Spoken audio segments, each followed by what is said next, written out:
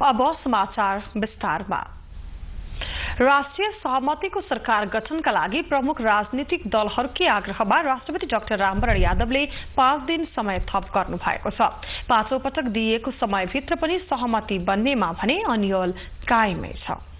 विधानसभाको विघटनसँगै डाक्टर बाबुराम भट्टराई नेतृत्वको सरकार काम चलाउ बन्यो। दलहरूले सहमतिको सरकार गठनका लागि अनेकौं पटक औपचारिक अनौपचारिक बैठक गरे तर हात लाग्यो शून्य। सबैले अपरिहार्य भन्न नछोडेको र सार्थक सहमति पनि बन्न नसकेपछि राष्ट्रपति डाक्टर रामवरण यादवले गत मंसिर 8 गते दलहरूलाई 7 दिनभित्र राष्ट्रिय सहमतिको सरकार गठन गर्न र निजको अध्यक्षतामा मन्त्री परिषद सिफारिस गर्न औपचारिक आग्रह गरे।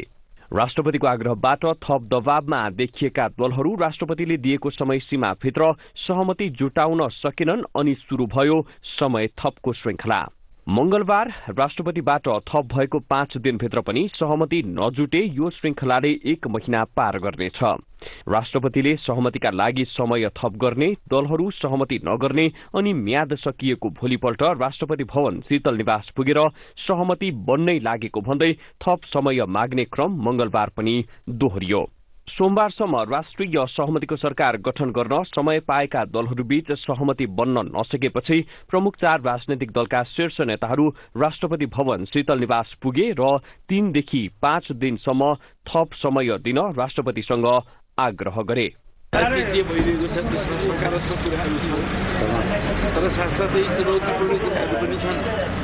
नकारात्मक कुराहरू पनि छन्। यी सबै कुराहरूलाई टुङ्गोमा पुग्नुको लागि अझै केही समय चाहिन्छ भनेर भने हामीले अब 3 दिन अथवा 5 दिन राष्ट्रपति महोदयलाई हामीले छोडेका छौँ। वर्तमान सरकार गठन हुँदा निर्णायक शक्ति मानिएको संयुक्त लोकतान्त्रिक मधेसी मोर्चाले प्रमुख 3 दल बीच मात्रै हुन लागेको भनिएको सहमतिप्रति आपत्ति जनायो।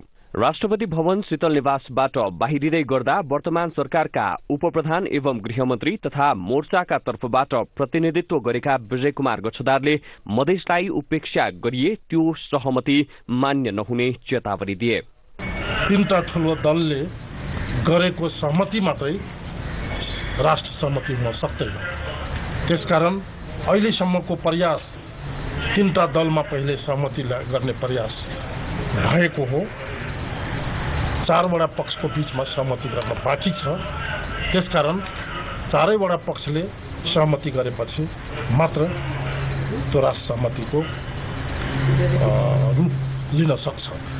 प्रधानमन्त्री भट्टराईको बहिर्गमनको रटान लगाइरहेका विपक्षीहरूप्रति लक्षित गर्दै सोमबार आएको भनिएको प्रधानमन्त्रीको अभिव्यक्तिको बचाउ गर्दै गच्छदारले प्रधानमन्त्रीको अभिव्यक्ति मोर्चाकै सल्लाहमा आएको बताए। प्रधानमन्त्रीजीले हिजो जुन कुरा उहाँले भन्नुभयो त्यो चाहिँ मधेसी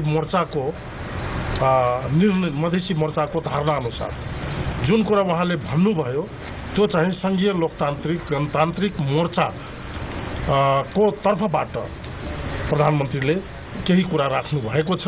त्यो उहाँको व्यक्तिगत कुरा होइन। सोमबार प्रधानमन्त्री डाक्टर भट्टराईले विपक्षीहरू पनि वर्तमान सरकारमा आउनुपर्ने अन्यथा मधेसी मोर्चा वा साना दललाई सरकारको नेतृत्व दिन सकिने बताएपछि सहमति बिथोलिएको विपक्षीहरूले बताएका छन्। गत जेठ 16 गते राष्ट्रपति डाक्टर यादवले वर्तमान भट्टराई नेतृत्वको सरकारलाई अर्को मन्त्री परिषद गठन नभएसम्मका लागि काम चलाउ सरकारको रूपमा कामकाज गर्न तोकेका थिए। त्यस यता प्रमुख दलहरूका शीर्ष नेतृत्व बीच पटक पटक छलफलहरू भएका छन् तर ती सबै छलफलले सार्थक परिणाम भने दिन सकेका छैनन्। दलहरूले आफ्नै हठ नत्याग्ने हो भने पुस 7 गते शनिबारसम्म पनि सहमति बन्ने स्पष्ट आधार नदेखिएको धेरैको विश्लेषण छ। क्यामेरामा सुरेश खिमिरेका साथ संवेग बस्नेत, हिमालय टेलिभिजन, काठमाडौँ।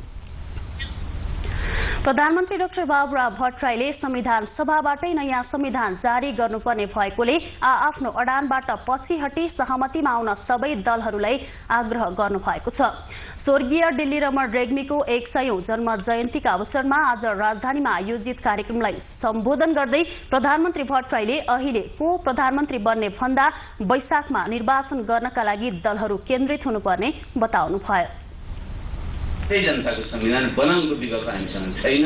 त्यसैले यति बेला हामी सबैले आफ्ना आग्रह पूर्वाग्रह छोडेर आगामी वैशाख भित्रमा संविधान सभाको अर्को निर्वाचन गर्ने र संविधान सभाबाट गणतन्त्र, संघीयता, धर्मनिरपेक्षता, समावेशिता सहितको एउटा समुन्नत लोकतान्त्रिक संविधान बनाउने काम हामीले पुरा गर्नै पर्छ। त्यो नै आजको राजनीतिको एउटा सहमतिको आधार हुन्छ। उहाँले सहमतिको लागि दलहरू बीचको प्रयास जारी रहेको बताउँदै अबको केही दिनभित्रै सहमति जुट्ने विश्वास व्यक्त गर्नुभयो।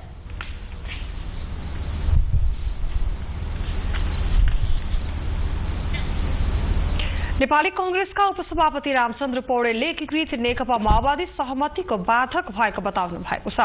नेपाल ग्रामीण बहुमुखी क्याम्पस नेपाल 4 ले आज आयोजना गरेको कार्यक्रममा उपसभापति पौडेलले अहिलेको सहमतिको बैठक एकीकृत माओवादी नै भएको आरोप लगाउनु भएको हो। पराजित हुने अवस्थालाई देखेर उनीहरू अहिले यो राष्ट्रिय सहमतिमा बाधा पुर्याइरहेका छन्। राष्ट्रिय सहमति निर्माण गर्न अर्को थपिरहेका छन्। उहाँले माओवादीले बाहिर सहमतिको कुरा गरे पनि वास्तविक रूपमा माओवादीले नयाँ निर्वाचन र सहमति नचाहेको पनि जिकिर गर्नुभयो। राष्ट्रिय सहमतिलाई बाधा पुर्याइएको हो र वास्तवमा माओवादी चुनाव चाहँदैन। त्यसो भएको हुनाले राष्ट्रिय सहमति पनि चाहँदैन र राष्ट्रिय सहमति पनि कांग्रेसको नेतृत्वमा चाहँदैन। उपसभापति पौडेलले मुलुकको गतिरोध हटाउन देशभक्त सबै जनता मिलेर वर्तमान सरकारलाई विस्थापित गर्नुपर्नेमा जोड दिनुभयो। कार्यक्रममा नेपाली कांग्रेसका युवा नेता गगन थापा लगायतका विद्यार्थी नेताको उपस्थिति रहेको थियो। नेकपा माओवादीका अध्यक्ष मोहन वैद्यले 3 दलको निर्णय आफूहरूलाई मान्ने नहुने बताउनु भएको छ। पोखरा विमानस्थलमा आज पत्रकारहरूसँग कुरा गर्दै अध्यक्ष वैद्यले 3 दलको सहमतिले मुलुकलाई निकास नदिने भएकाले उनीहरूको निर्णय आफूहरूलाई मान्ने नहुने बताउनुभयो। उहाँले 3 दलले सहमतिका लागि पटक पटक छलफल गरे पनि निकास निकाल्न असफल भएकाले अब सबै दल बसेर छलफल गर्नुपर्ने बताउनुभयो। उहाँले 4 वर्षसम्म 3 दलको छलफल र बहसबाट कुनै निकास ननिस्केकाले अब पनि उनीहरूबाट सकारात्मक अपेक्षा राख्नु लोकतन्त्रको उपहास मात्र हुने बताउनुभयो। उहाँले 3 दल अहिले पनि जनता अलमल्याउने खेलमा लागेकाले आगामी वैशाखमा संविधान सभाको निर्वाचन हुने सम्भावना समेत क्षीण हुँदै गएको बताउनुभयो। प्रधानमन्त्री डाक्टर बाबुराम भट्टराईले न्यायालयमा न्यायाधीश नियुक्ति प्रक्रिया कानून सम्मत रूपमा अघि बढेको बताउनु भएको छ। राजधानीमा आज आयोजित न्याय परिषदको 22औं वार्षिक दिवसमा प्रधानमन्त्री डाक्टर भट्टराईले मापदण्ड बनाएर न्यायाधीश नियुक्ति प्रक्रिया अघि बढाइएको बताउनु भएको हो। न्यायाधीशको नियुक्ति निष्पक्ष, पारदर्शी, व्यवस्थित तथा सहभागितामूलक ढङ्गबाट हुनुपर्ने आजको आवश्यकतालाई आत्मसात गर्दै हालै न्याय परिषदले न्यायाधीश नियुक्ति प्रक्रिया मापदण्ड 2069 तर्जुमा गरी कार्यान्वयनमा ल्याइसकेको छ। यसै सिलसिलामा हाल पुनरावेदन तथा जिल्ला अदालतहरूमा रिक्त न्यायाधीश पद नियुक्तिका लागि संविधान र कानून बमोजिम योग्यता पुगेका व्यक्तिहरूबाट आवेदन आह्वान गरी पर्न आएका आवेदनहरू उप अध्ययन भई यथाशक्य चाँडो न्यायाधीशको नियुक्तिको प्रक्रिया सम्पन्न गर्नेतर्फ अग्रसर रहेको छ। कार्यक्रममा प्रधान न्यायाधीश खिलराज रेग्मीले न्याय क्षेत्रमा थप नवीनतम प्रयोग गर्न न्याय परिषद लागि परेको जानकारी दिनुभयो। व्याप्त संक्रमणकालीन परिस्थितिले अन्य निकाय चाहिँ परिषदका काम कारबाहीमा पारेको प्रभाव समेतको वस्तुपरक विश्लेषण गरी परिषदका काम कारबाही सम्बन्धमा धारणा बनाउनु पर्ने आवश्यकता ठान्दछु। हालसम्मको कार्य सम्पादनबाट परिषदले थुप्रै अनुभव हासिल गरेको अवस्था एकातर्फ छ भने अर्कोतर्फ प्राप्त सकारात्मक अनुभवहरूलाई जगेर्ना गर्दै न्यायाधीश नियुक्ति प्रक्रिया लगायत अन्य विषयमा थप नवीनतम अभ्यास गर्दै परिषदका काम कारबाहीहरूलाई थप सहभागितामूलक, पारदर्शी एवं समावेशी तुल्याउनेतर्फ पनि परिषद अग्रसर रहेको यहाँहरूमा जानकारी गराउन चाहन्छु।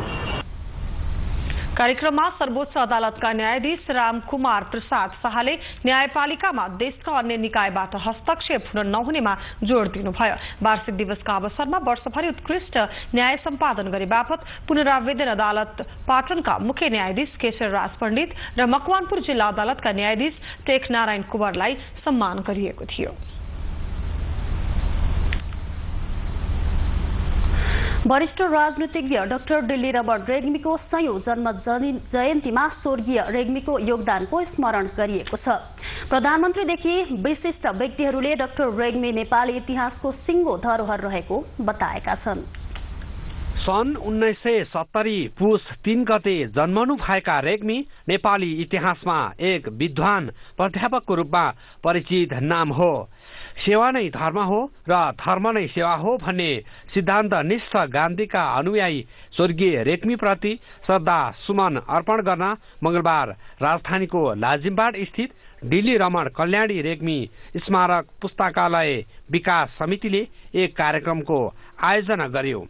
सानैदेखि समाज सेवामा लागेका रेग्मी 2003 सालमा नेपाली राष्ट्रिय कांग्रेसको सभापति समेत बनेका थिए। मंगलबार रेग्मीको 100औं जन्म जयन्तीमा आयोजित कार्यक्रममा प्रधानमन्त्री डाक्टर भट्टराईले स्वर्गीय रेग्मीको योगदानको स्मरण गरे। 52 सालमा भूमिगत हुनुभन्दा पहिले पटक पटक यो घरमा आएर उहाँहरूसँग भेटघाट गर्ने, उहाँबाट ज्ञान गुणका कुराहरू सुन्ने, मुख्यतः इतिहासबारे बुझ्ने प्रयत्न मैले गर्थेँ र त्यस अर्थमा उहाँसँग एकदमको भावनात्मक सम्बन्ध पनि थियो। निकै माया गर्नुहुन्थ्यो, म उहाँलाई श्रद्धा गर्थेँ र उहाँको विद्वत्ताबाट निकै म प्रभावित पनि थिएँ र उहाँ जस्तो सदाचार युक्त असल राजनीतिज्ञहरूको अभाव हामीलाई अहिले पनि खड्किराखेको छ। राजनीतिज्ञ भन्ने बित्तिकै अथवा राजनीतिक पेसाकर्मी भन्ने बित्तिकै कुनै एउटा पदमा पुग्ने र त्यसको दुरुपयोग गरेर आफ्नो निजी स्वार्थपूर्ति गर्ने, आफ्ना आफन्तहरू पोस्ने, यस्तो खालको जुन एउटा प्रवृत्ति छ, धन आर्जन गर्ने एउटा पेसाको रूपमा राजनीतिलाई बनाउने जुन प्रवृत्ति पछिल्लो चरणमा बढेर गएको छ, त्यसको अपवाद डाक्टर दिल्ली रमण रेग्मी हुनुहुन्थ्यो। शिक्षा मन्त्री दीनानाथ शर्माले पनि प्राध्यापक डाक्टर रेग्मीको योगदानको चर्चा गर्दै उहाँको सिद्धान्त र जीवनीबाट सबैले पाठ सिक्नुपर्ने बताए। उहाँको जीवनको सबभन्दा अर्को महत्त्वपूर्ण पाठ स्वाभिमान र हट, जसले गर्दा दिल्ली रमण रेग्मीलाई दिल्ली रमण रेग्मी हुनको लागि सहयोग र मद्दत गर्यो। उहाँको जीवन दर्शन सिद्धान्तको प्रचार प्रसार गरी नेपाली इतिहासमा उहाँको योगदानलाई बचाइराख्न लाजिमबाडमा दिल्ली रमण रेग्मी पुस्तकालय समेत सञ्चालित छ। पुस्तकालयमा स्वर्गीय डाक्टर रेग्मीले दैनिक जीवनमा प्रयोग गर्ने विभिन्न सामग्रीहरू सुरक्षित राखिएको छ। पुस्तकालयमा स्वदेशी तथा विदेशी गरी 3000 भन्दा बढी पुस्तक तथा पत्र पत्रिकाहरू संकलन गरी सर्वसाधारणको लागि खुल्ला गरिएको छ। सबै विषयका पाठ्य सामग्री रहे तापनि विशेष गरी राजनीतिक, इतिहास र सांस्कृतिक विषयका पुस्तकहरूको संकलन गरिएको छ। पुस्तकालयमा केही दुर्लभ हस्तलिखित ग्रन्थहरू, ऐतिहासिक महत्त्वका फोटोहरूलाई समेत सुरक्षित राखिएको छ। पुस्तकालय नेपाली इतिहासमा चासो राख्ने र अनुसन्धान गर्ने जो कोही पुस्तक प्रेमीहरूको लागि महत्त्वपूर्ण छ। क्यामेरामा राजन श्रेष्ठका साथ निरज तामाङ, हिमालय टेलिभिजन, काठमाडौँ।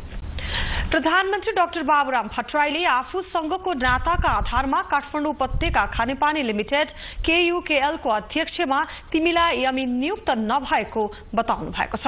शहरी विकास मन्त्रालयको समेत जिम्मेवारी सम्हाल्नु भएका प्रधानमन्त्री भट्टराईले KUKL को अध्यक्ष चयन प्रक्रियामा कुनै कानूनी त्रुटि नरहेको समेत दावी गर्नु भएको छ। डाक्टर बाबुराम भट्टराईकी जेठी सासू तिमीला एमी KUKLको अध्यक्षमा नियुक्त भएपछि उत्पन्न विवादबारे प्रधानमन्त्रीले मंगलबार पत्रकार सम्मेलन गरी नियुक्ति प्रक्रियामा आफ्नो र परिवारको दबाव नरहेको दावी गरेका हुन्। तिमीला एमी KUKLको सञ्चालक समितिको सदस्य के कसरी भएको आफूलाई जानकारी र चासो नरहेको बताउँदै प्रधानमन्त्रीले सदस्य नै अध्यक्ष हुन पाउने प्रावधान अनुसार सञ्चालक समितिले एमीलाई अध्यक्ष चयन गरेकोले प्रक्रिया विधि सम्मत रहेको उल्लेख गरे। मेरो तर्फबाट, परिवारको तर्फबाट, निकटको तर्फबाट कुनै पनि प्रकारको दखलन्दाजी भएको चाहिँ छैन, हुनु हुँदैन। कोही कतै रहेको रहेछ भने त्यसलाई मैले पुरै निवारण गरी मैले प्रयत्न गर्छु र यसमा अरू कुनै अपारदर्शी, अरू कुनै खालको अवैधानिक र मर्यादा विपरीत गतिविधि केही रहेछ भने त्यो पनि बरु यहाँले ल्याइदिनु भयो भने त्यसलाई सच्याउने चाहिँ प्रयत्न रहन्छ। पति प्रधानमन्त्री भएको लाभ उठाउँदै पत्नी हिसिला एमीले आफ्ना दिदीहरूलाई महत्त्वपूर्ण सरकारी निकायमा नियुक्त गरेको विषयले सञ्चार माध्यमहरूमा स्थान लिँदै आएको छ। हिमालय टेलिभिजनको प्राइम स्टोरीमा समेत यस सम्बन्धी सामग्री प्रसारण भएको थियो। केयुकेएलका अघिल्ला अध्यक्ष प्रयागलाल जोशीलाई निजी क्षेत्रको सहमति बिना अल्पमत सञ्चालक सदस्यहरूले नियुक्त गरेको कारण उहाँलाई बहुमत सञ्चालक सदस्यहरूले पदमुक्त गरेको शहरी विकास मन्त्रालयका सचिव किशोर थापाले जानकारी दिए। स्वतन्त्र सञ्चालकका रूपमा नियुक्त भएका जोशीलाई गत मङ्सिर 20 गतेको शेयरधनीहरूको बैठकले नियुक्ति प्रक्रिया नै त्रुटिपूर्ण रहेको ठहर गर्नु नियम संगत रहेको सचिव थापाले दावी गरे। केयुकेएलमा प्रतिनिधित्व गर्ने काठमाडौँ महानगरपालिका र ललितपुर उपमहानगरपालिकाका प्रतिनिधिहरू साधारण सभासम्मका लागि मात्रै परिवर्तन गरिएको सो अवसरमा जानकारी दिइयो। जुन 2068-2025 मा जुन बैठक हो त्यो बैठकमा हाम्रो त्यसमा सहभागिता थिएन। हाम्रो सहभागिता बिना चाहिँ जुन सञ्चालकहरू नियुक्त हो त्यो हामीलाई मान्ने छैन भन्ने कुरा चाहिँ मुख्य कुरा उहाँहरूको त्यो जोड थियो। त्यसलाई अब कसरी चाहिँ हल गर्न सकिन्छ भन्दाखेरि उहाँहरूसँग विभिन्न चरणमा छलफल हुँदै जाँदाखेरि उहाँहरूको जुन माग बमोजिम र मन्त्रालयले त्यो मागमा चाहिँ विश्लेषण गरेर हामीले चाहिँ स्थानीय विकास मन्त्रालयलाई त्यो 2 जना प्रतिनिधि नयाँ प्रतिनिधि नयाँ भन्नाले पहिले जो कायम हुनुहुन्थ्यो उहाँलाई पठाउनलाई अनुरोध गऱ्यौँ र मध्येबाट अहिले अर्को व्यवस्था नभएसम्मको लागि अर्को व्यवस्था भन्नाले म के स्पष्ट गर्न चाहन्छु भन्दाखेरि केयुकेएलको 4 वर्षदेखि अवरुद्ध भएको साधारण सभा कुनै पनि हालतमा गर्न आवश्यक छ त्यससम्मको लागि चाहिँ उहाँहरूलाई नियुक्त गरेको देखिन्छ। केयुकेएलमा 15% शेयर निजी क्षेत्रको छ। केयुकेएलमा प्रयागलाल जोशी अध्यक्ष नियुक्त भएपछि निजी क्षेत्रले प्रक्रियागत त्रुटि औल्याउँदै 15.5 महिना बैठक बहिष्कार गरेको थियो। निजी क्षेत्रको सहभागिता बिना एसियाली विकास बैंकले ऋण नदिने भएका कारण पनि शेयरधनीहरूको बैठकले अध्यक्ष परिवर्तन गरेको पत्रकार सम्मेलनमा जानकारी दिइयो। क्यामेरामा राजेश रजकका साथ ध्रुव रिजाल, हिमालय टेलिभिजन, काठमाडौँ।